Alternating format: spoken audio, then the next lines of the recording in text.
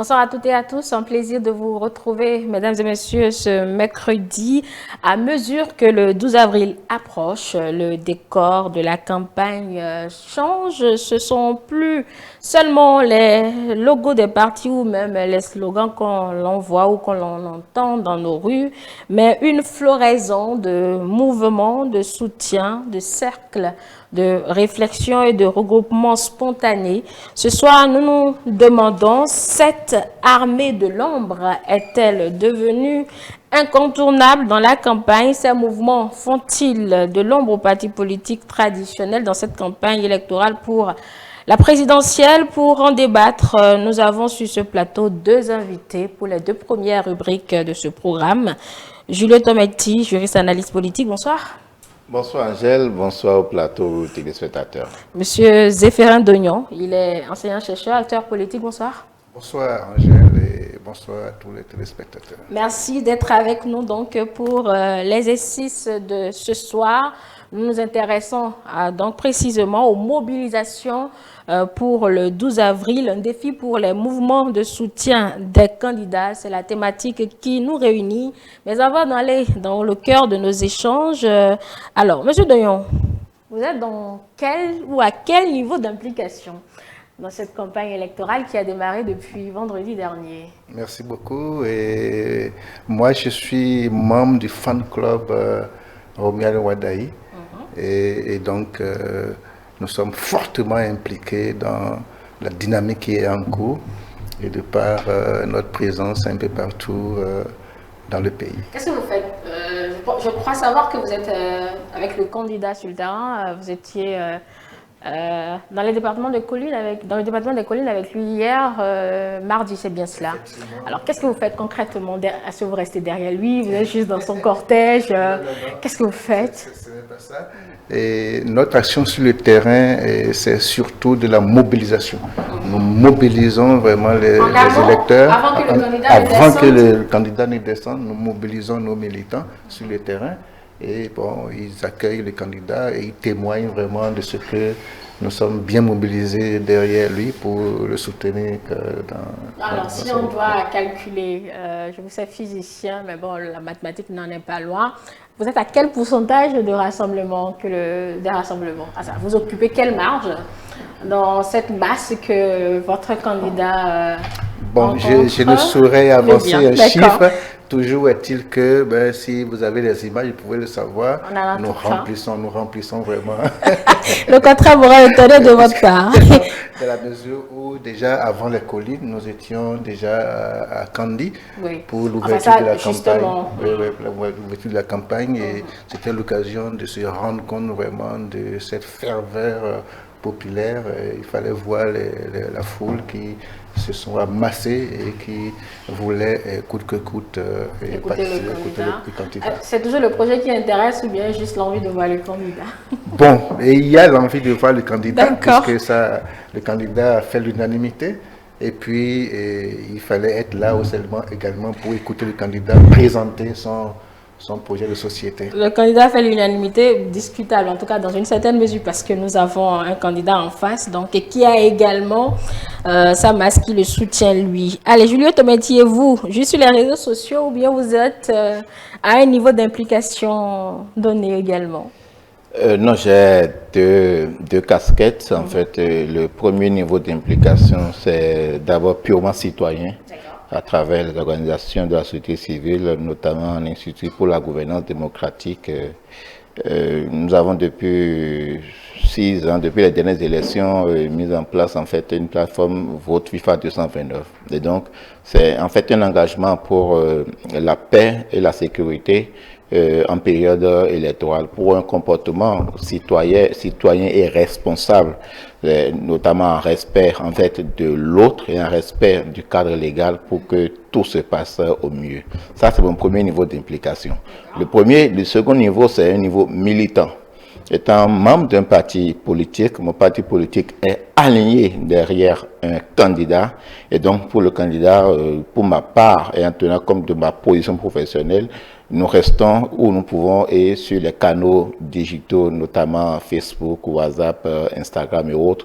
Nous faisons ce que nous pouvons en termes de relais, en termes de contenu pour offrir en fait une certaine visibilité. Mais le plus grand engagement, c'est l'engagement à mobiliser les citoyens pour notamment aller accomplir leur devoir civil, leur devoir de vote en toute responsabilité. Mesdames et messieurs, au vu de la thématique qui nous réunit, vous comprenez alors beaucoup mieux le choix de ces deux profils pour le débat de ce soir. Ce qui nous réunit donc, c'est la mobilisation citoyenne.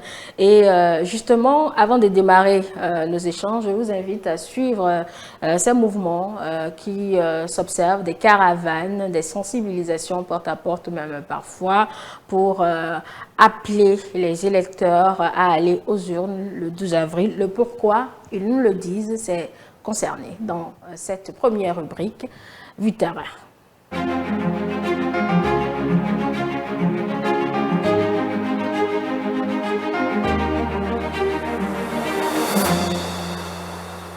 Notre stratégie sur le terrain, c'est de mobiliser encore plus la jeunesse du département de Lomé, précisément tous les 9 communes du département de Lomé, pour qu'au soir de 12 avril, tous ces jeunes à partir de 18 ans jusqu'à l'âge que nous voyons sortent massivement pour que nous puissions faire le plein. Nous, notre cible, c'est par rapport aux jeunes.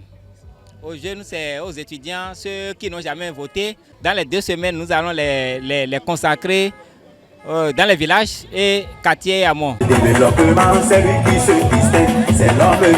La mobilisation est vraiment forte. Les femmes se sont vraiment mobilisées. Cela nous confirme la victoire de Jouji. Mes impressions sont bonnes et ma joie est très grande ce jour parce que la foule, la forte mobilisation que je viens de constater au siège du duo Kouada Intalata Lokosa pour le démarrage de la marche d'ouverture de la campagne électorale, une satisfaction totale pour moi parce que je vois l'engouement de la population. Nous devons sensibiliser, nous devons passer de porte à porte pour mobiliser les femmes. Le jour-là, quel qu'en soit ton empêchement, tu dois être là. Il y a des groupes qui sont formés un peu partout pour passer dans les rameaux, quel qu'en soit l'itinéraire, pour susciter les femmes à venir voter. Jeunes, nous avons encore la possibilité de nous réunir nos forces et ardeurs pour notre épanouissement dans un pays économiquement et surtout socialement intégré. Et donc, c'est dans l'occasion pour moi ici de nous rappeler, nous jeunes, en particulier, la place fondamentale que nous occupons et du rôle très important car nous avons à jouer dans le développement effectif de ce pays, le Bénin. Aujourd'hui, le jour, à travers nous, jeunes, à travers les femmes, à travers les filles et filles, du Dahomey, nous nous sommes levés pour marcher, pour nous regrouper ici, au carrefour Gogo. Ceci pour témoigner de notre fidélité à nos candidats de la mouvance présidentielle. Nous sommes jeunes, on a des diplômes, mais nous sommes toujours encore à la maison. J'espère bien avec le parti FCB, nous avons changé la donne. C'est le candidat de nous les jeunes. Il est de Bopa, il a été ministre dans ce pays. On a vu ce que ça a changé au niveau de la culture. Donc on doit l'inviter à venir aussi s'asseoir au pêchoir pour changer un peu les choses. Nous sommes en train de sensibiliser les populations afin qu'ils puissent sortir le 12 avril à voter massivement pour le parti. On sait qu'il va le faire. Ce que moi je demande à la population de la 17e, c'est de sortir pour voter. Déjà cette caravane, c'était pour montrer la cohésion sociale, la paix, le fait que tous les partis politiques, sans aucune connotation, se sont engagés à ses côtés. Désormais à Parakou, tout le monde est uni dans l'avion Road 2026.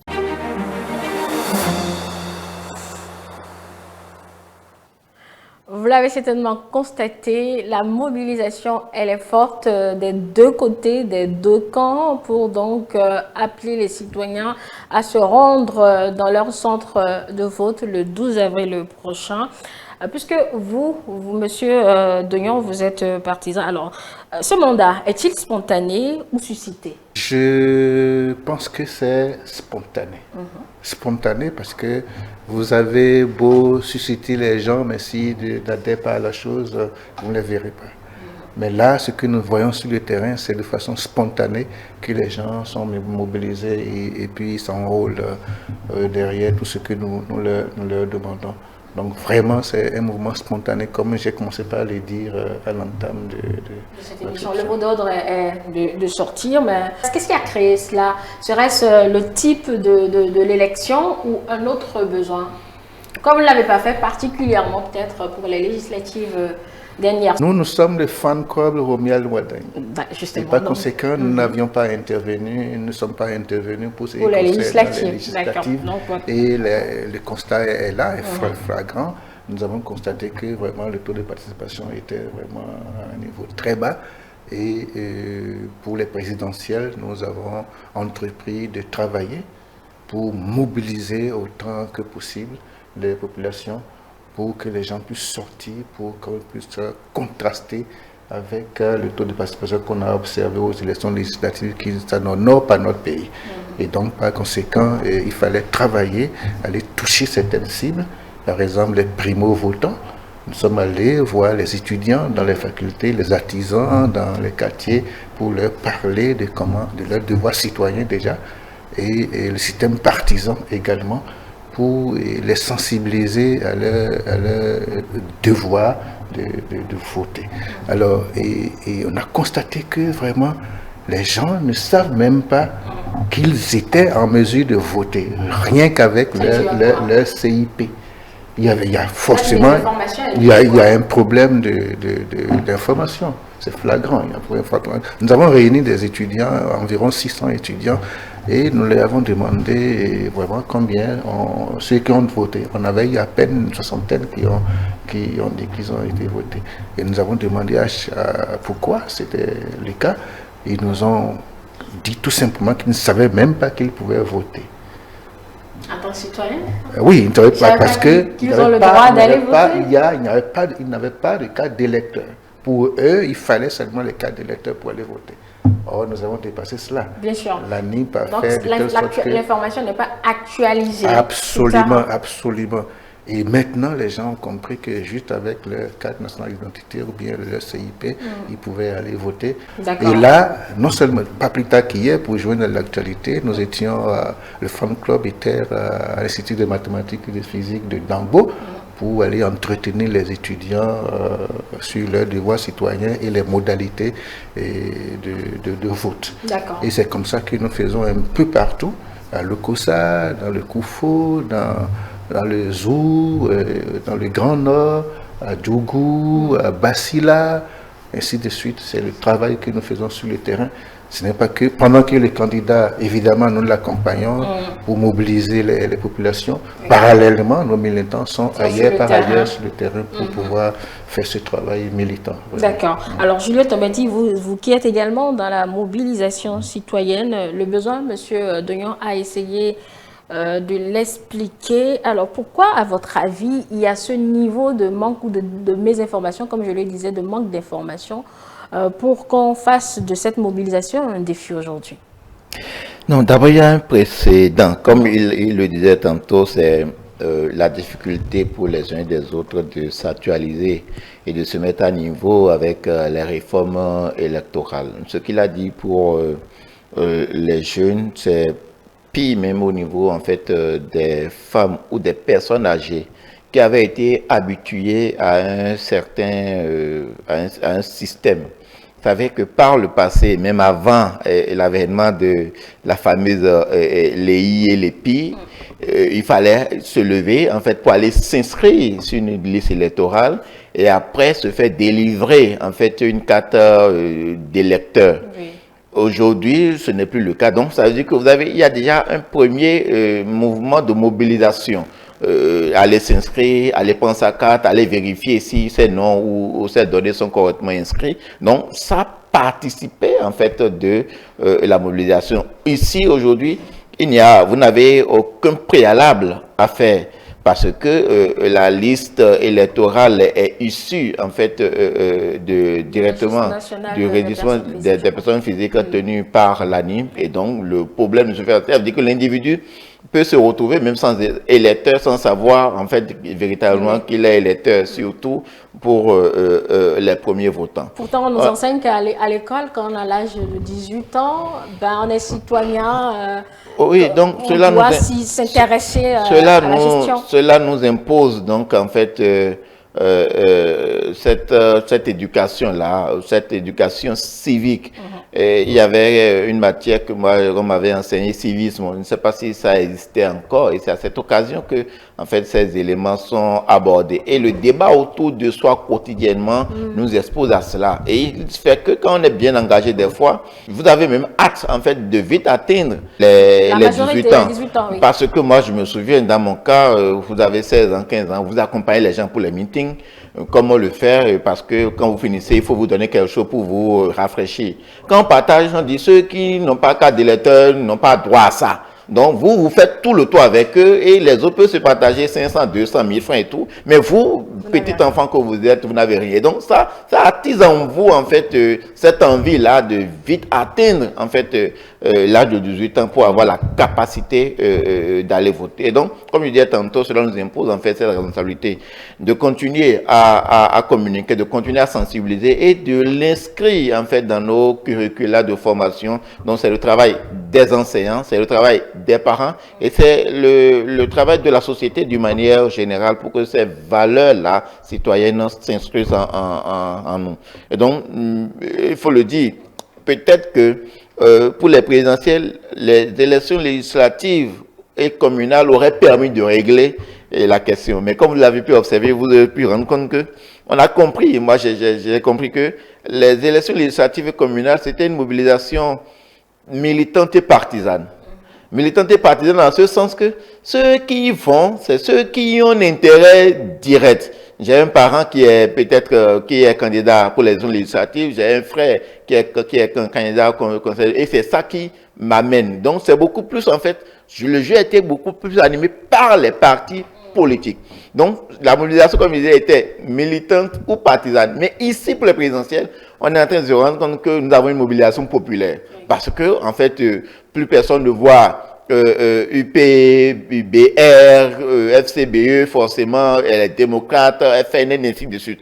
Tout le monde voit deux candidats ou deux duos de candidats derrière lesquels il faut s'aligner indépendamment de ce qu'on soit de X ou une parti. Nous avons vu une grande masse de personnes qui ne sont pas partisans, donc ni militants de l'un ou l'autre des partis, mais qui spontanément en fait ont pris des initiatives de mobilisation sur le terrain, ce qui a fait que l'engouement est plus grand en fait que ce que nous avons observé pour les élections communales législatives. Donc la résultante c'est que c'est sans doute peut-être ça aura un impact en fait sur le taux de participation. Peut-être c'est trop tôt de le dire. Attendons la fin des campagnes, attendons l'issue des élections le 12 avril pour en fait faire ces analyses là. Mais déjà on peut noter que c'est clair que la mobilisation est un peu plus intense qu'elle ne l'était en janvier 2026. Oui, quand on regarde les images, c'est une masse. Beaucoup de personnes sortent. Mais malgré cela, cette élection, Julio Tometti,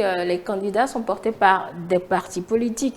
Avec cette mobilisation, est-ce que ça ne fait pas quelque peu de l'ombre aux partis politiques qui sont dans la danse et qui portent les candidatures de ces candidats? Non, pas formellement. Pas formellement. C'est vrai que vous avez pour les élections législatives et communales, ce sont les logos des partis politiques qui vont aux élections. D'accord? Ce sont les logos des partis politiques qui vont aux élections. Mais pour les élections présidentielles, ce sont des personnes. Comme les gens le disent, les élections présidentielles, c'est la rencontre d'un homme, en fait, avec son peuple. Et donc, de ce point de vue, en fait, on se retrouve mieux, d'accord, à travers les élections législatives, à travers les élections présidentielles, que les élections législatives et communales qui apparaissent quelque peu clivants, parce que beaucoup de partis politiques, beaucoup d'acteurs, et c'est par zone aussi. Ici, en fait, ce qui est différent, c'est qu'au moment où les uns des autres entrent en travail, moi je suis candidat peut-être dans la commune de Cotonou, c'est une circonscription. Aujourd'hui, on ne parle plus de ça. Le combat est un combat national. On veut autant voter à Bébéret qu'on veut voter au nord. On veut atteindre les mêmes scores, peut-être à Natitengu qu'on veut l'atteindre peut-être à Bopa ou à Lokosa d'une certaine façon, en tenant compte en fait des candidats. Donc, de ce point de vue, on ne fera pas en fait le procès à cette masse mobilisatrice-là, parce qu'on aura peut-être l'impression qu'il faut un peu ombrage aux partis politiques. C'est pour dire que si les élections communales et législatives sont l'exclusivité des partis politiques, il n'en est pas en fait pour ce qui concerne les élections présidentielles. C'est vrai pour les élections présidentielles, il faut avoir un certain nombre de parrainages d'élus qui sont issus des partis politiques. Donc, on peut dire qu'il y a un lien avec les partis politiques pour donner force en fait aux partis politiques étant les premiers cercles en fait d'animation de la vie politique. Mais au-delà de ça, il ne faut pas dire que c'est exclusivement les partis politiques qui vont seulement annier. Il y a en fait un mouvement citoyen qui forcément accompagne les partis politiques.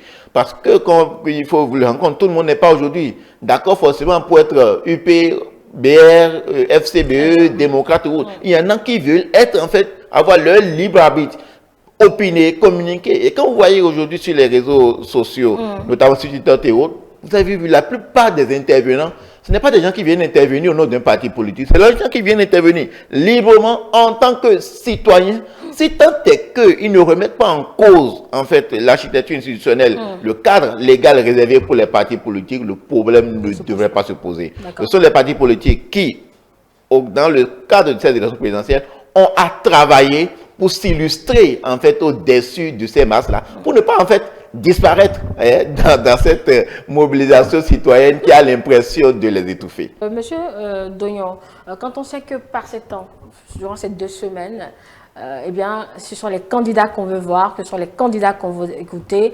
La mission elle est noble, appelée à voter, pourquoi pas, mais ne craignez-vous pas qu'en voulant faire de cette mobilisation, que cette multiplication des visages ne finisse par brouiller le message central de vos candidats ou de votre candidat? Je ne crois pas, dans la mesure où le candidat a présenté son projet de société.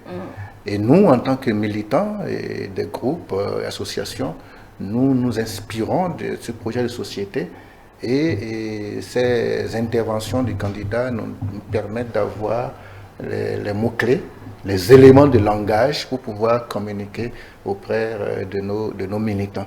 Donc, aucun risque pour qu'il y ait des embrouilles.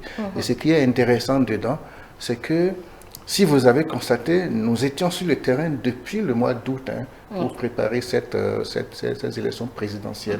Et pendant que vous avez pu observer quand même que les groupes et associations qui animaient la vie politique sur le terrain, bon, je n'ai pas trop vu les partis politiques en ce moment. Je n'ai fait de procès à personne. Je n'ai pas trop vu les partis politiques.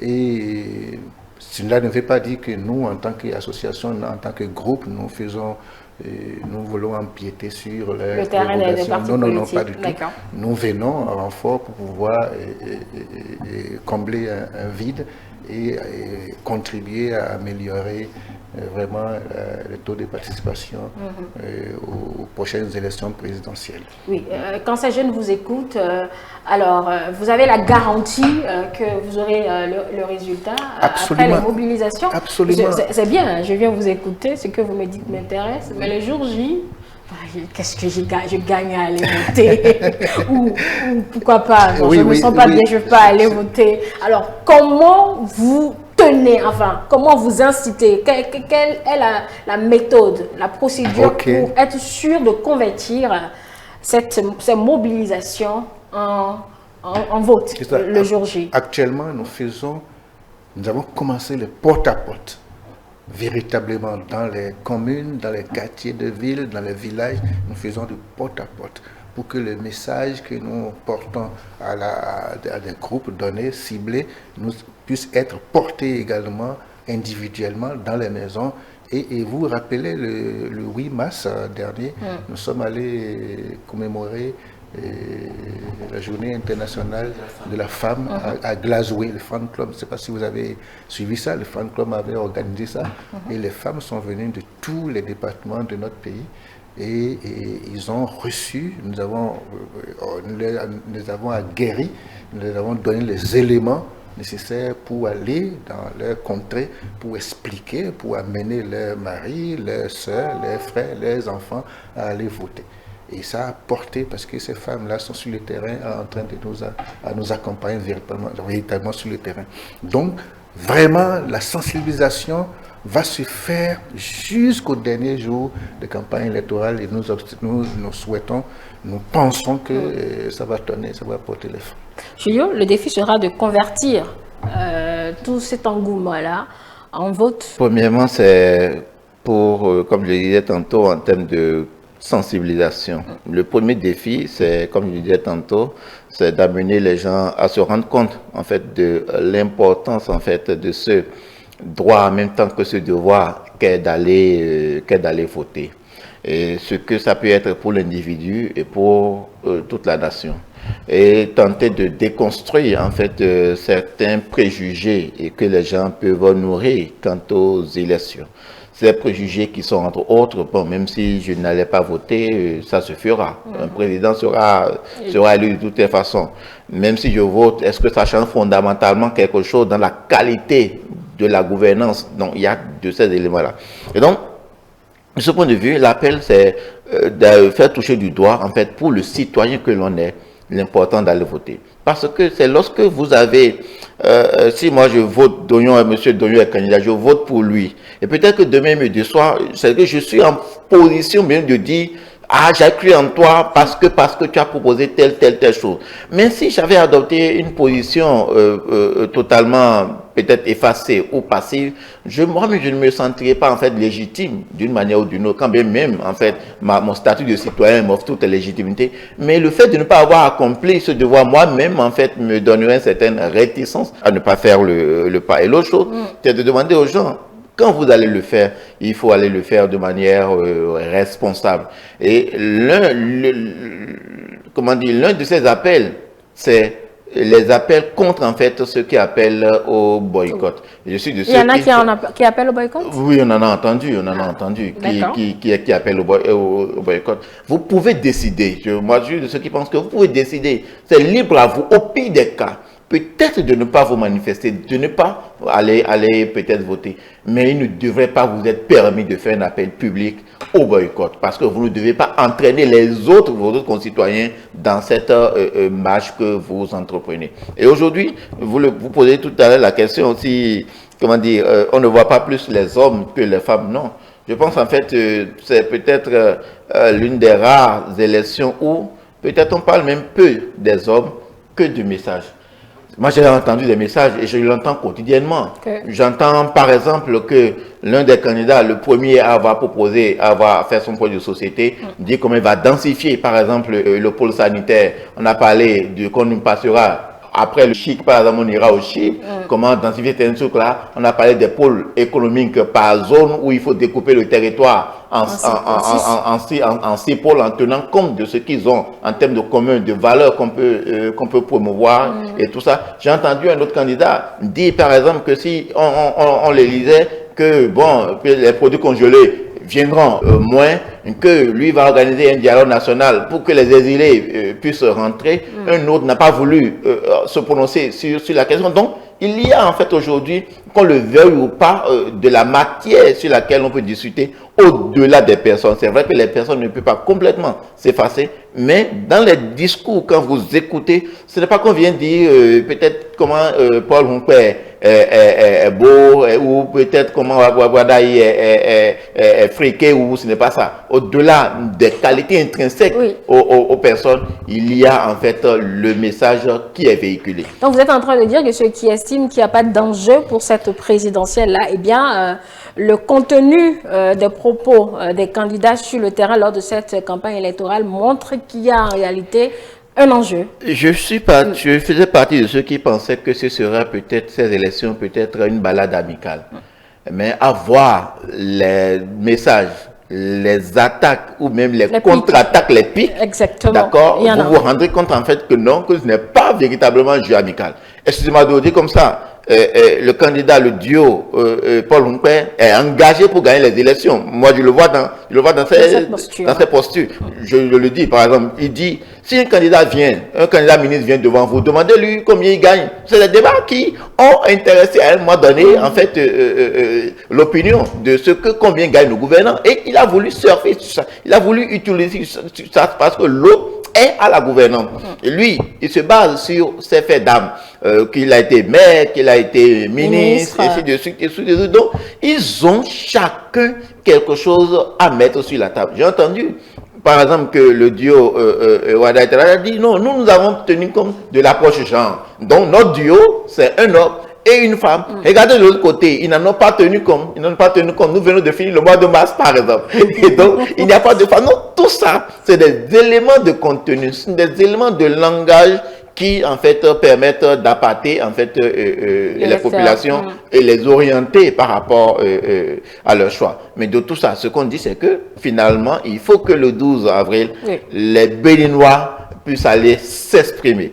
D'autres vous diront qu'ils peuvent aller voter nul. Mais il faut qu'on sente qu'on exprime le suffrage. On exprime le suffrage. Parce que même le nul là, ça véhicule en fait un message. Si vous restez dans l'attentisme, on ne sait pas. Si vous, M. Doyon, si vous n'avez pas été voté, est-ce que c'est parce que vous avez été malade le jour-là? Est-ce que c'est parce que vous avez faim? Est-ce que c'est parce que vous êtes fâché? Est-ce que c'est parce que vous êtes bien rassuré que votre candidat gagnera? On ne sait pas. Mais quand vous allez, au moins on sait que vous avez voté pour X ou Y, ou tout le moins, on voit que la plupart des Béninois, ou dans une grande majorité, dans une certaine mesure, les gens ont voté nul.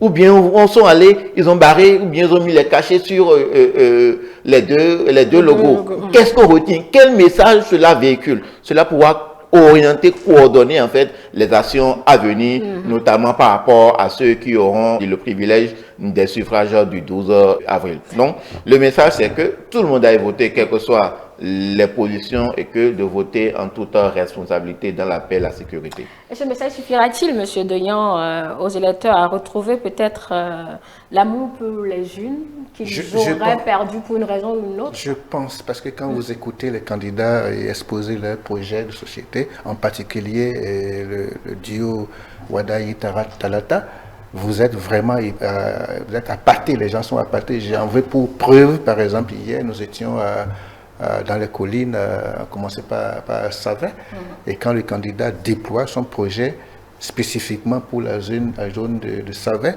quand il a dit par exemple qu'il allait ressusciter les 3S, la société sucrière de Savet, et vous voyez autant d'emplois que ça peut créer, quand il a dit par exemple qu'il va vraiment déclencher vraiment l'exploitation des pierres, voilà, pour des fins industrielles, tout ça, de construction, tout ça là.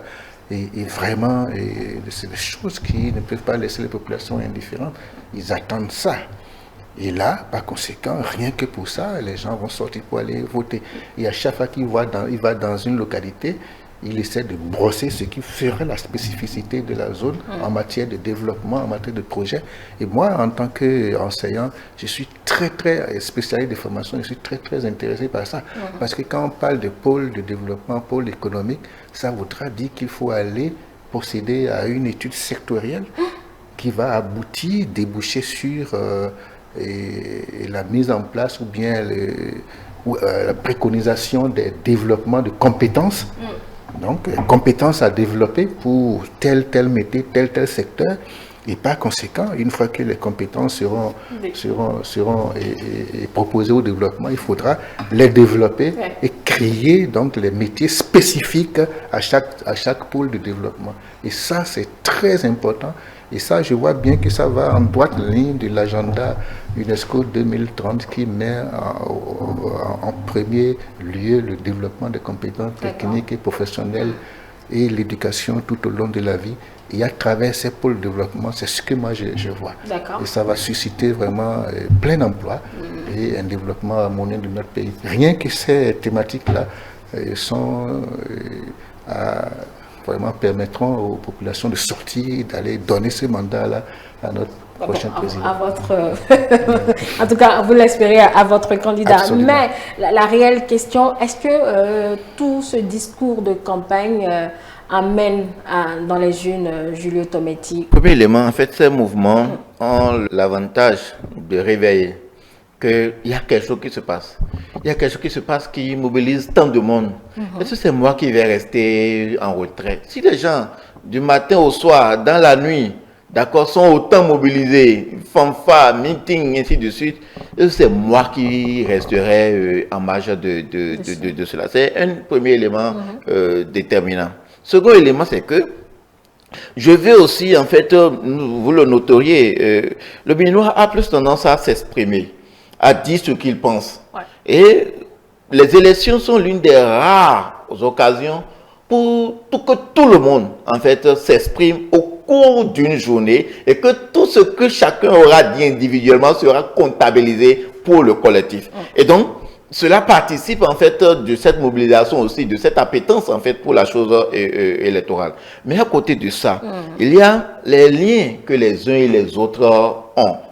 Comme je peux dire, ah, monsieur Dognon, vous êtes mon frère, les élections c'est une chose importante, ou tout le monde vient voter pour mon candidat. Moi j'ai vu des mouvements, vous parlez des mouvements tout à l'heure, j'ai vu des mouvements où il y a des gens de l'UP dedans, du BR, et des nouveaux démocrates, par exemple.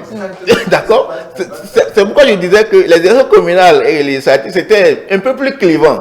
Ici, les gens se retrouvent mieux. Ceux qui sont des partis politiques, comme ceux qui n'en sont pas du tout. C'est pourquoi dans les mouvements aussi, en fait, il y a beaucoup de militants des partis politiques qui veulent se dégager parce qu'ils ne se sont pas retrouvés dans les structures formelles de campagne et donc ils créent en fait leur cadre d'expression pour quand même pouvoir peser. Et donc vous ne pouvez pas voir tout ce mouvement autour de vous sans que cela ne vous entraîne. Et je suis sûr, le jour des élections, les Béninois vont se demander les uns et les autres, est-ce que tu as été déjà voté? Est-ce que tu as été déjà voté? Et ça fait partie aussi d'un élément en fait de réveil qui amènera les uns et les autres à aller accomplir ce devoir de vote. Donc moi j'ai bon espoir en fait que, comme je commençais par le dire au départ, cette mobilisation, que ce soit citoyenne ou politique, qui jusque-là s'est passée dans une très bonne ambiance. Il n'y a pas eu d'incident qu'on ait entendu nulle part. Et donc, nous, l'espoir, c'est que ça continue jusque-là et que ça donne davantage, en fait, de conviction pour les Béninois de se lever le 12 et aller porter leur choix sur le candidat de leur choix ou le message qu'ils voient comme étant peut-être le meilleur, qui offre beaucoup plus de perspectives.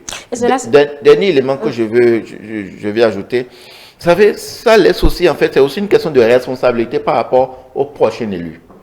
Lorsque vous, à la sortie d'une élection, vous vous rendez compte qu'il y a une masse populaire, tout le monde est sorti, et que vous êtes élu à une très grande proportion, vous sentez sur vous une responsabilité. Que ces gens-là, s'ils sont sortis autant, c'est qu'ils, d'abord, ils ont confiance au système, et ils ont la conviction, en fait, que je suis l'homme idéal pour eux. Même si le taux était bas, ce serait la même chose.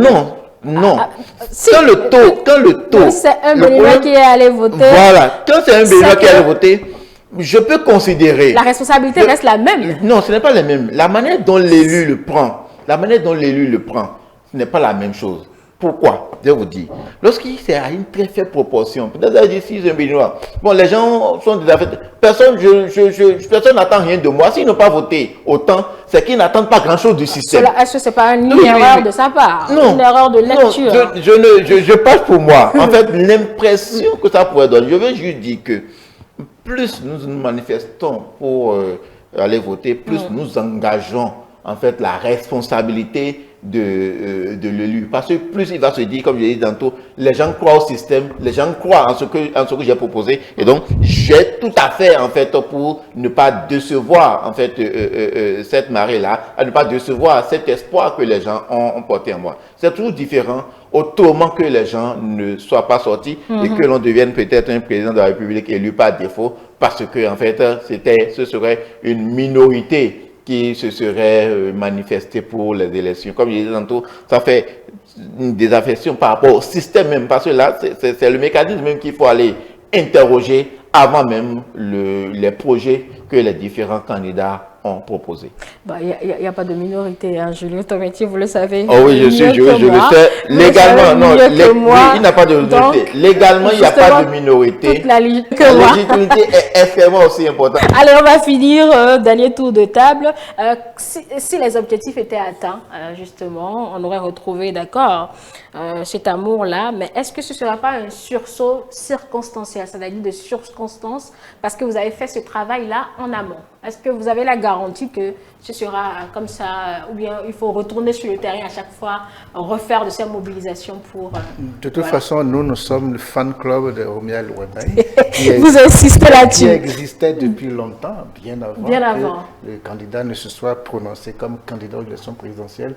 Et par conséquent, après les élections, quand nous aurons constaté sa brillante élection, nous serons toujours là pour porter au... vraiment tout ce qu'il va entrepris de bien pour notre pays. Je vous pose la même question, Julio. C'est désormais un acquis. C'est désormais un acquis, pas un sursaut de circonstances. C'est pourquoi, comme vous le demandez tout à l'heure, M. Doyon, on doit rester éveillé, en fait, jusqu'au dernier jour, jusqu'aux dernières heures, jusqu'à la fermeture du dernier bureau de vote, pour toujours amener nos concitoyens, même ceux qui peuvent être convaincus à la dernière minute pour aller accomplir leur devoir de vote. Je considère que ce n'est pas un sursaut de circonstances parce qu'à un moment donné, on a l'impression qu'il y a une sorte de désaffection. Et je pense que ce sentiment en fait de vote est en train de revenir quand je vois en fait la mobilisation, l'effervescence autour de la chose. On ne s'imaginait pas que ces élections présidentielles donneraient cette allure-là. Angèle m'est témoin. Moi, j'avais dit pour des candidats par le passé qui sont des faits valoir, mais aujourd'hui, on n'en a véritablement pas l'impression. On a véritablement l'impression, comment dire, qu'il y a deux qui se battent sur le terrain et qui, véritablement, personne ne crachera pas. Personne ne crachera pas sur le fauteuil présidentiel. Donc, pour dire que si vous vous amusez, si les gens s'amusent, en fait, ils peuvent être surpris. Et donc, la bataille reste entière, la mobilisation reste entière et le reste, le 12 avril, nous le révélera. Et vous le dites si bien qu'on ira sur le terrain pour écouter quelques propos de candidats. Ça ne badine pas, ça se lance des pics. On écoute ces propos de candidats et on revient pour sortir de ce débat.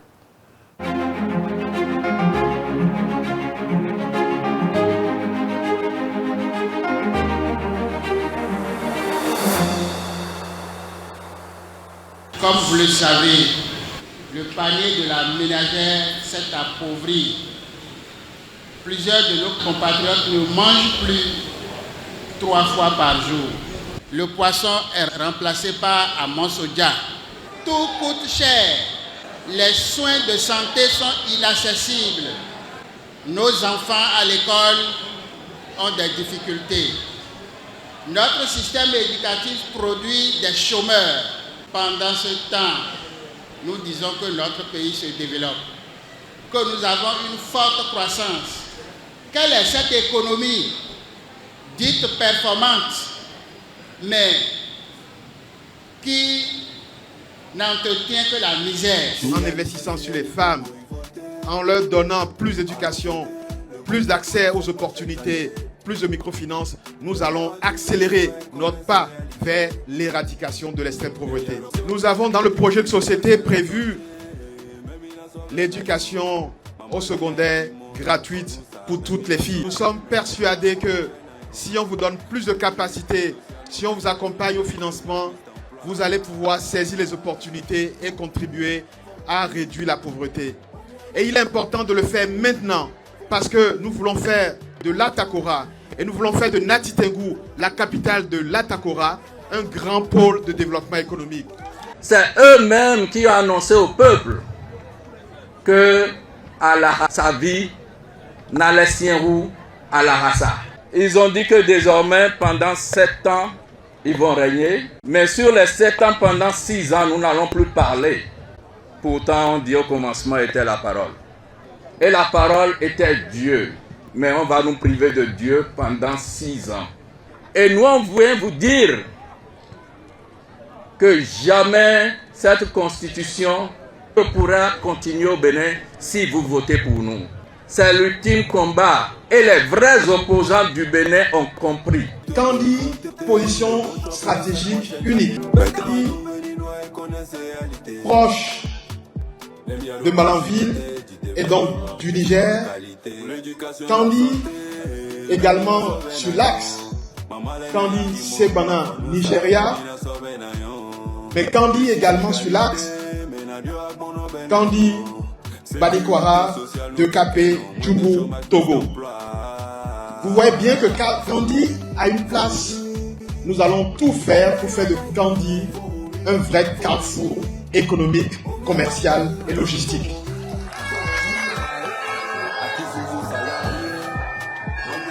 Candidature Mideton, David contre Goliath. David, comment nous l'a dit? Nous savons que nous allons gagner partout. Et Kouyabe doit être premier de ces partout-là que nous allons gagner. Quand on suit le chemin de l'artisanat, qu'on soit un acteur économique qui puisse bénéficier d'un revenu décent, d'une prévoyance, d'une retraite.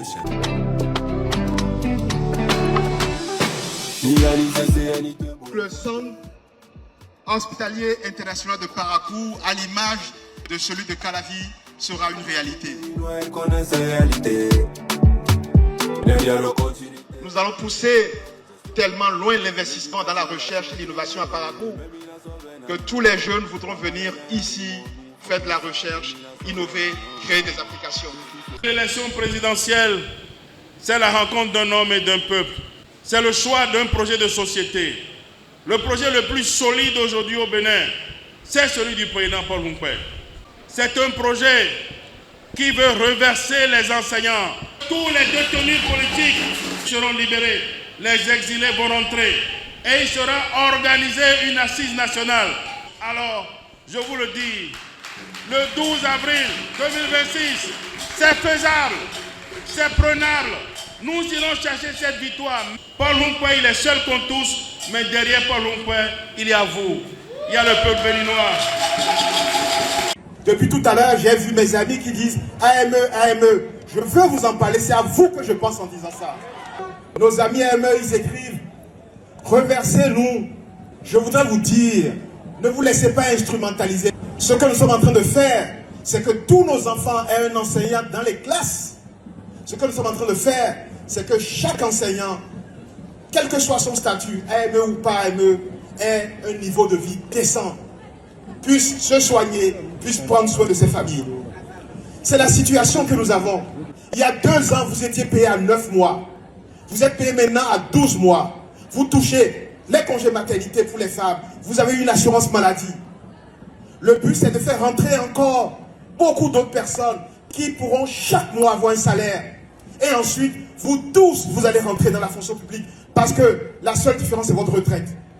Chers AME, je peux vous garantir une chose. Vous aurez droit à votre retraite. Nous avons tenu, malgré les difficultés, malgré les humiliations, malgré les échecs, pendant 10 ans dans l'opposition.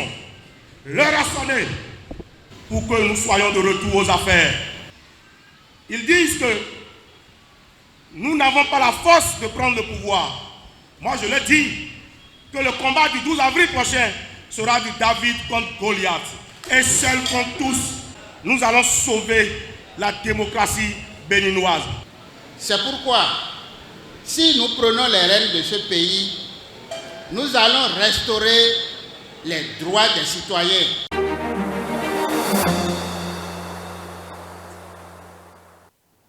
Vous le constatez, M. Doyon, il n'y a pas de sujet tabou. Les candidats donnent absolument tout sur le terrain.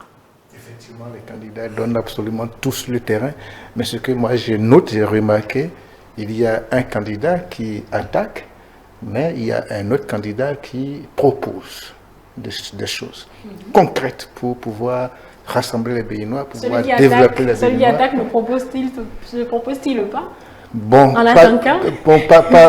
grand-chose. Pas grand-chose. Ce que je remarque, peut-être que vous n'avez pas pu ressortir les éléments qu'il fallait pour pour qu'on puisse... Mais ce que j'ai remarqué avec ce que vous avez projeté là, il y a le candidat Wadaï qui propose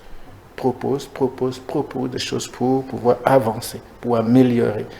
Et l'autre qui dépeint un climat délétère chez nous. Je ne crois pas que... Je suis allé partout, je suis allé dans beaucoup de pays, j'ai travaillé un peu partout, mais je ne crois pas qu'au Bénin, les gens meurent de faim. Personnellement, je chacun ne choisit-il pas alors son angle, sa stratégie pour... Oui, c'est de bonne guerre, c'est de bonne guerre, mais dire que les Béninois meurent de faim, je ne crois pas. Et le candidat Wadaï propose de faire tout, de faire en sorte pour que l'extrême pauvreté puisse être éradiquée. Et il propose vraiment que les AME puissent avoir droit à la retraite. Il propose même que les agriculteurs puissent faire des cotisations jusqu'à aller à la retraite. Il propose vraiment des soins d'urgence sans que les personnes n'aient eu le besoin ou bien ne soient contraints à payer quelque chose d'abord. Donc rien que de très bonnes propositions que je ne vois pas vraiment dans l'autre camp. Julien Tomenti, eh bien, je vous laisse réagir à cet élément. Oui, c'est...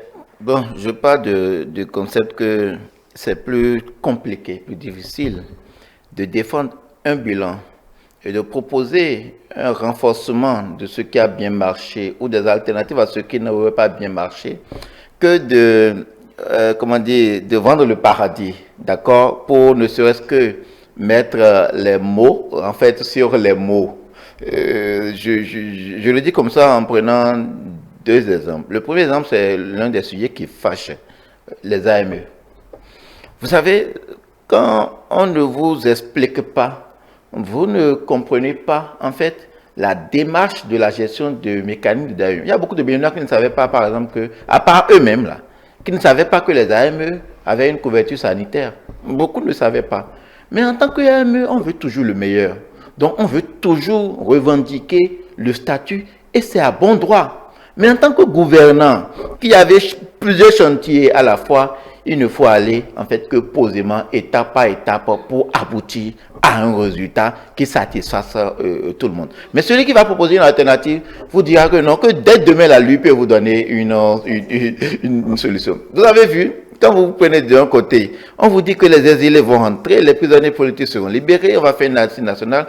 L'autre propose quoi? Il dit, ce qui n'a pas marché, nous allons réfléchir ensemble pour corriger. Et donc, il propose, en fait, comment dire, mécanisme, quand vous lisez au fond, c'est que ces questions, on va en discuter, d'accord, pour faire au moment opportun ce qu'il faille faire. Parce que c'est même très péremptoire pour un président de la République de dire qu'il va libérer les prisonniers politiques, parce que ce n'est pas de sa seule prérogative que de libérer les prisonniers politiques, de faire entrer les exilés qui sont sur le coup, en fait, d'un certain nombre de condamnations et tout. C'est plus compliqué que cela. Donc, pour dire simplement, c'est quoi?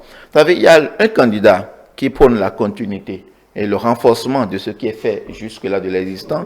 Il y a l'autre qui propose une alternative. Et dans ça, qu'est-ce qu'il fait? Il interroge les réformes, interroge la gouvernance et fait en fait des contre-propositions par rapport à nos plaintes, à nos récriminations quotidiennes. Excusez-moi, Paul Moumpé n'a rien fait d'autre que de prendre en fait chez chaque Béninois ce qu'il entend quotidiennement. Que bon, c'est parce qu'on est pauvre que l'on mange à mon soja, que le système éducatif n'est pas ce qu'il doit être. Comme si c'est aujourd'hui que le système éducatif a été inventé. Qui sont ouverts à ce discours-là, justement, de quoi susciter cette envie d'aller faire son choix le 12 avril. Oui, c'est là le charme, en fait, de la campagne électorale. C'est-à-dire la manière dont ce sur quoi vous mettez l'accent et comment vous faites votre discours en tenant compte de votre auditoire. Paul Moumpé tient ce discours devant moi, ça n'aura aucun sens. Mais il y a des gens devant lesquels il va tenir et on va l'applaudir à 100%. Et ça va déterminer les gens à aller voter pour lui. C'est pourquoi les gens disent, le vote du plus érudit vaut le même que peut-être le paysan qui ne comprend rien de rien. C'est ça qui nous ramène en fait à notre état initial de citoyens égaux devant la loi. Et donc, sur nos connaissances, la manière dont nous concevons les politiques publiques, ça n'a aucun sens. C'est aujourd'hui, d'accord, j'ai le même droit ou la même capacité que le garçon qui vient d'avoir 18 ans et même peut-être qui ne comprend rien. Donc, c'est pour dire que c'est ça le charme, en fait, de tout là. Donc, ce n'est pas forcément la qualité du truc là, mais comment votre discours accroche votre auditoire en tenant compte de ceux en face duquel vous êtes. Et Paul Rumpert joue très bien ce rôle. Parce qu'aujourd'hui, qu'on le veuille ou pas, ce que dit Paul Rumpert, ça fait un peu l'actualité. Quand il parle de Amos Odia, c'est une réalité de citoyens moyens. Donc, quand il parle des AME, tout le monde qui les AME ont les situations les plus précaires que alors qu'au fond, ce n'est pas concrètement ça. Il propose des solutions que si on le met demain, dans 5 ans, 10 ans, il ne pourra pas bouger d'un iota. Mais en fait, là, vous êtes péremptoire. Le discours politique offre en fait le choix de tout vendre, d'accord, quitte à vendre les réalisables. Et donc, on ne peut pas le reprocher. Nous sommes dans ce truc-là. Donc, chaque camp affûte ses armes, chacun continue la mobilisation sur le terrain. Donc, ouais, du point de vue citoyen, ça montre qu'en fait, il y a véritablement événement. Et après, dans ce groupe-là, les gens vont se diviser pour aller voter pour qui veut duo Paul Rumpert Rwanu, qui d'autres Wadayi et Talata. Donc, c'est de bonne guerre. Rendez-vous au soir du 12 avril pour faire le point, pour voir si les messages sont passés et que si également vos mobilisations ont porté leurs fruits. Merci M. Doyon, merci M. Tometi, merci mesdames et messieurs de nous avoir écoutés. On va retrouver à présent notre consultant politique pour la dernière rubrique de ce programme. Merci donc de rester avec nous. À tout de suite.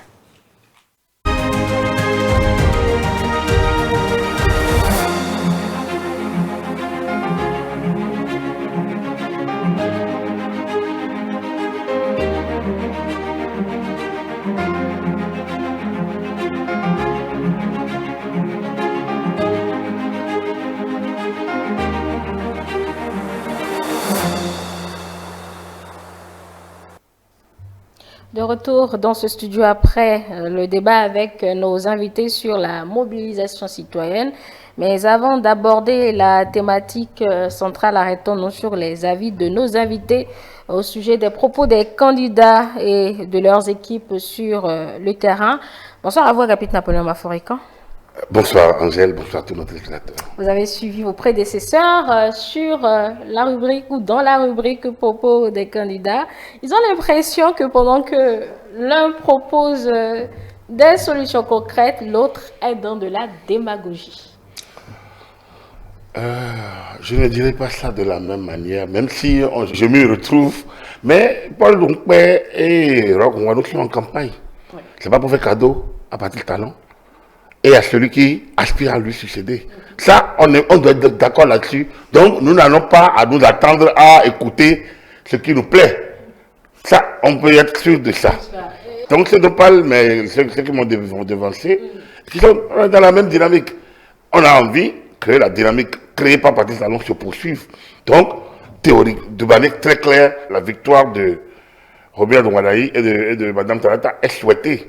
Qu'est-ce que nous disions depuis un bon bout de temps ici? La question est que dans la pédagogie à faire, on ne peut pas s'attendre à ce que Paul Rumpert caresse la majorité dans le sens des poils, comme on le dit très très vulgairement. Et donc, ce qu'il dit, c'est qu'il ressasse les griefs de la décennie. Il les ressasse et il en fait un sujet de campagne. Tout comme je le disais il y a 10 ans, que l'anti-Yahi ne pouvait pas être un sujet de campagne.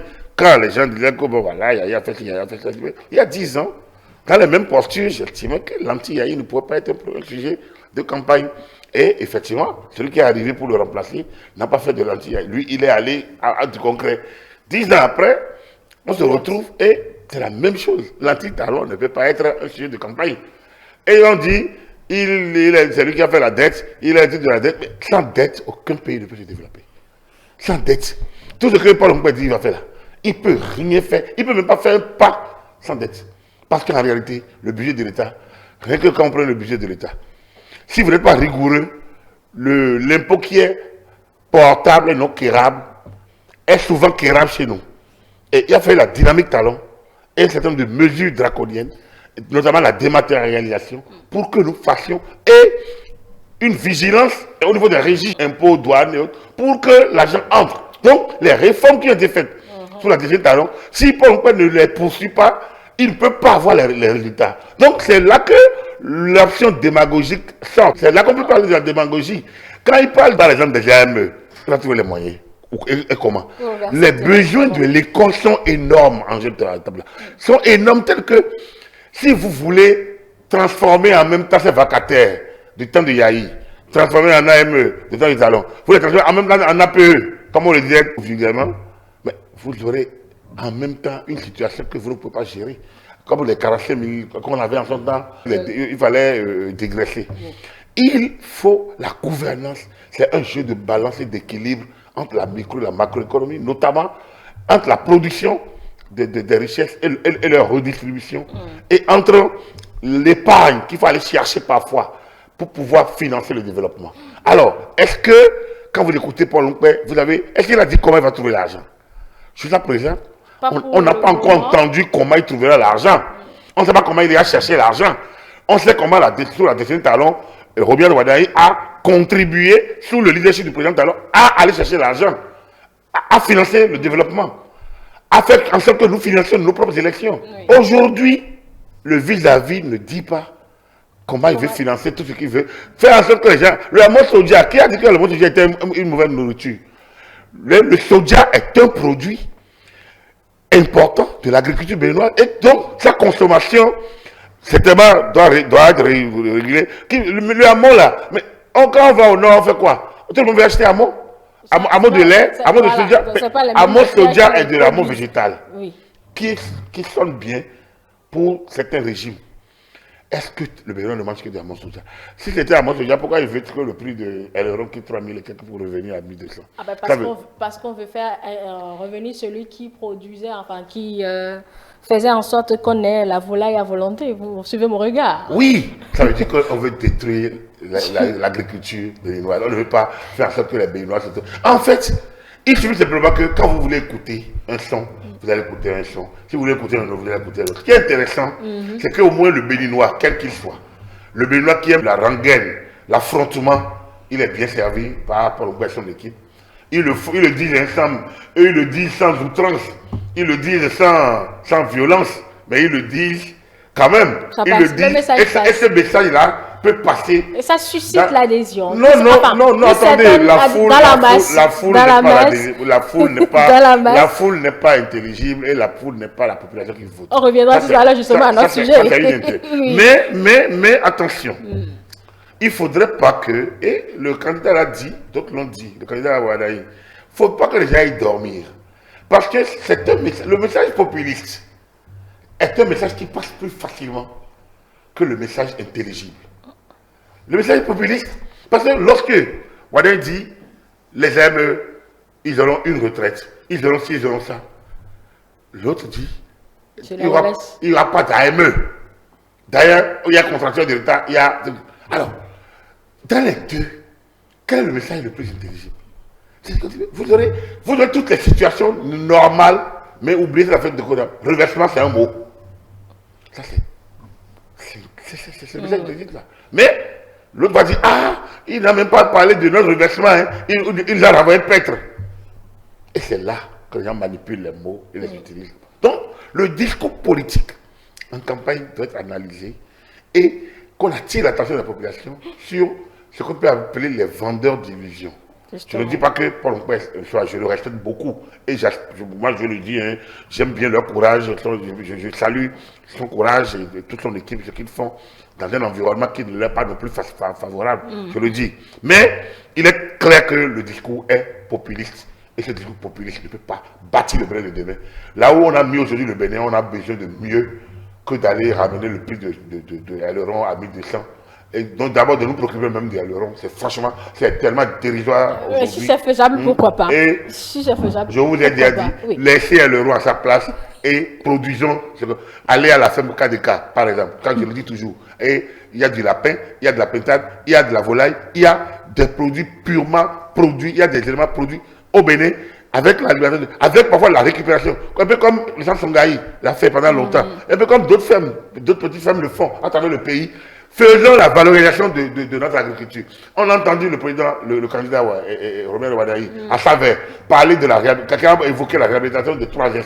Oui, la société sucrière de Savère. C'est un peu son nom actuellement, mais c'était le nom que tout le monde lui connaît. Mais si par exemple, cette industrie reprend, mais le nom de travailleurs, mais il y a déjà ça à la maison. Voilà des questions sérieuses qu'il faut poser. Et là, ça montre d'où viendra l'argent, l'emploi et certaines des choses. Mais quand on est dans les lignes que notre candidat évoque, il ne faut pas que les gens se fassent du pays. La question est là. Est-ce qu'on est prêt? On a trouvé où financer? Moi, si le candidat sort demain et le dit où financer, on analysera. Mais, comme je le dis, je salue leur campagne. Ils nous donnent de la matière. Ils donnent aux gens de l'analyse, des éléments d'analyse. Et je pense que ceux qui pensent que c'était une lettre à la poste, ceux qui pensaient que c'était un marché conclu d'avance, je pense qu'ils se rendent compte aujourd'hui que nous avons l'une des meilleures campagnes de nos partis. La campagne est basée sur des thématiques, sur du contenu. On n'est plus dans les éléments de langage, dans les invectives, disons cloisonnées. On est dans du concret, que ce soit populiste, que ce soit intelligible. On est dans du concret et ça, c'est à l'avantage des deux candidats. Et justement, les deux candidats ont un public qui écoute leur message et il faudrait maintenant traduire cette présence de public en un vote concret dans les urnes le 12 avril. Le sujet était au cœur de nos échanges tout à l'heure. Partagez-vous l'analyse qui voudrait ou qui laisse entendre que les contenus que nous entendons aujourd'hui sont suffisants pour susciter l'émulation le 12 avril prochain, rapide Napoléon Bafouréka? Je pense que, en réalité, la question de la mobilisation aux urnes n'avait jamais été un objectif, un indicateur. Je pense que depuis les crises de 2019, où les gens veulent montrer qu'ils ont réussi à affaiblir le système, cette question devient importante. Elle est encore plus importante aujourd'hui parce que des mouvements de jeunes qui soutiennent la candidature du Robert Wadaï, depuis 3 mois au moins, en ont fait leur leitmotiv. Et les mouvements de soutien ont fait le tour du pays pratiquement. Quand vous prenez un truc comme Fan Club, je pense qu'ils ont fait tout, chaque week-end depuis 3 mois, ils ont eu une activité, plein de mouvements après. Et après, ils ont fédéré globalement, ils ont essayé de faire. Et il faut de la mobilisation au détriment des partis politiques. Moi, je veux dire en complément des rôles des partis politiques. On ne voit pas aujourd'hui les partis. Et c'est normal. On ne peut pas les voir. Pourquoi? Parce que ce n'est pas eux qui portent c'est pas eux, les partis n'ont pas de candidat. Ils ont porté un candidat. Oui. Donc, il ne peut... Vous voulez que Biotchali sorte pour dire quoi? Il va dire mon candidat. Il va dire mon candidat. Oui. Or, le candidat est sur le terrain. Pourquoi ils vont sortir? Ils peuvent appuyer un meeting. Ils peuvent faire une sortie une fois. Ils peuvent aller assister et prendre, comme on les a vu à Kandi, prendre la parole avant le lancement de la... Ça, c'est leur rôle, c'est ce qu'ils peuvent faire. Mais ils ne peuvent pas prendre le lead. Au risque de faire de l'ombre au candidat. Non, au risque de créer de l'ombre. C'est une élection présidentielle. Oui. C'est un individu qu'on élit. On ne lit pas plusieurs personnes. Donc, si c'était l'UP de Renouvellement avec son candidat, le Blanc de République avec son candidat, et les démocrates avec son candidat, vous allez voir, là, ils peuvent. Aujourd'hui, FCBE, lorsqu'on voit une personne dire la FCBE, voilà, on dit la FCBE. Et ils mettent même devant le logo. Et même voilà. Or ici, on a vu le logo du candidat. On n'a pas vu le logo des partis. Parce que ce n'est plus affaire de logo, c'est affaire. Donc, au-delà des partis qui ont soutenu, il y a des personnalités, il y a des mouvements. J'ai aimé l'expression tout à l'heure de Tobeti. C'est une candidature soutenue par la masse populaire. C'est-à-dire qu'il y a une mobilisation populaire autour de cette candidature. Promue par les partis politiques, récupérée par les populations. Donc, cette mobilisation populaire ne peut pas être au détriment des partis politiques. Les partis politiques doivent être contents, heureux, parce que de toutes les façons, c'est eux qui reprendront les leads dès les élections terminées. Si le candidat trouve dans les mouvements des individualités avec lesquelles il peut, de toutes les façons, vous n'allez pas dire que son gouvernement, c'est seulement les partis politiques. Les partis auront sans doute leur quota.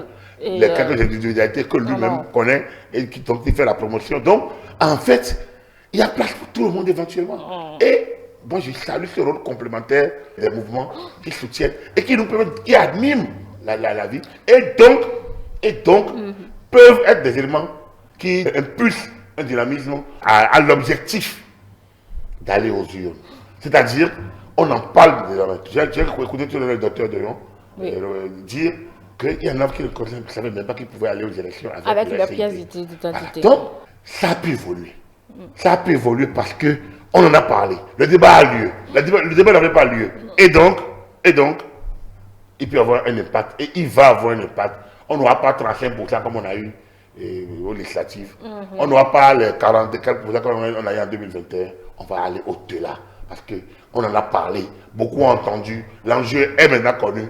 Les jeunes sont sortis pour aller voter. Et ils ont la preuve que ce n'est pas un match joué d'avance, disiez-vous. Alors, si on arrivait à atteindre alors cet objectif, diriez-vous que ce sera un amour retrouvé pour les unes ou un sursaut de circonstances?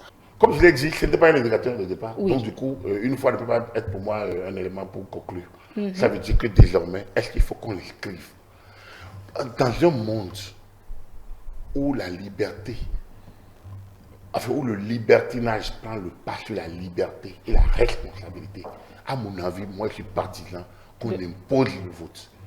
C'est-à-dire que aller voter une fois tous les 7 ans doit être une obligation. Une obligation. Et si vous n'avez pas votre carte estampillée, vous n'avez pas vous allez payer des amendes. Voilà. Pour passer, ça veut dire que l'État a pris des dispositions. Et vous faites quoi de nos libertés? Pourquoi il y a un feu rouge? C'est aussi la liberté, non? On appelle ça la régulation. Il y a la liberté, mais l'État régule. L'État estime qu'aller voter est un devoir, c'est un droit, mais il devient, dès lors que l'État en fait un élément coercitif, n'est-ce pas cette sensibilisation devient un devoir. Ça permettra aux gens, nous sommes aux candidats de savoir qu'ils doivent affronter 7 millions de Béninois, près de 8 millions, et ça va booster la compétition. Et l'électeur va savoir qu'il a contribué à élire celui qui est là, même si c'est pas il n'a pas été en plus. Il dit, ah, lui, je n'ai pas voté pour lui. Mais je me retrouve depuis quelque temps dans ce qu'il fait. Ah, désormais, je vais être attentif. C'est cela. Mais si tu ne connais pas le projet de société. Pendant que le gars fait campagne, toi, tu as TikTok, tu as des railleries de gens oisifs dans les oreilles, et tu appelles ça divertissement. Alors donc, tu ne peux pas, tu ne comprends rien. Tu es totalement déconnecté, tu es sur des nuages et que tu sens le lendemain. Tu ne peux, comment tu veux contribuer au développement du pays quand tu es jeune? Donc, moi je suis partisan. Maintenant, l'État peut ne pas faire cette action-là. Bien sûr. Alors, si l'État ne fait pas l'action, donc ça veut dire qu'il faut sensibiliser et laisser le libre arbitre. Mais si on a 60%, on doit être heureux, il y a d'avoir 60%. Mais pendant ce temps, il y a quand même 40% qui se sont refusés de se libérer. Et ce qui n'est pas normal. Mais, puis c'est un droit, on est libre de ne pas exercer son droit, est un droit, est une liberté. Refuser de jouir d'un droit est une liberté. Et donc, du coup, on ne peut pas dire pourquoi les gens ne sortent pas. Il faut qu'on sache clairement ce qu'on veut, à mon humble avis. Moi, je ne fais pas une fixation. Ça m'est égal. Moi, j'ai toujours voté. Avec plaisir.